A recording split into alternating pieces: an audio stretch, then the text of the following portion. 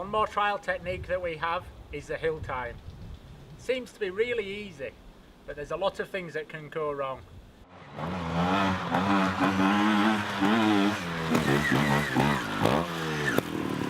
It's all about the preparation before you arrive to the hill. So you need to be in third or fourth gear with a nice speed before you enter the actual hill. Get all your speed before. You need to be in a good, nice, balanced position, not too far back so it doesn't start to wheelie. Keep the power on without the clutch, but the most important is a good line and a good speed, and you'll arrive to the top.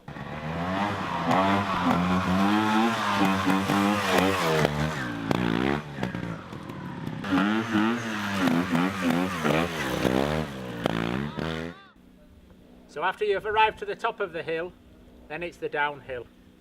This is what gets people a little bit afraid, slightly worried about what's going to happen. It's the same as almost all the techniques.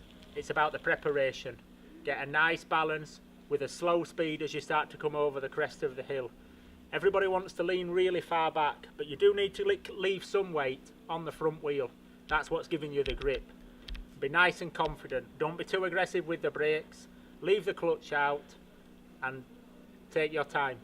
And that's the downhills. Easy.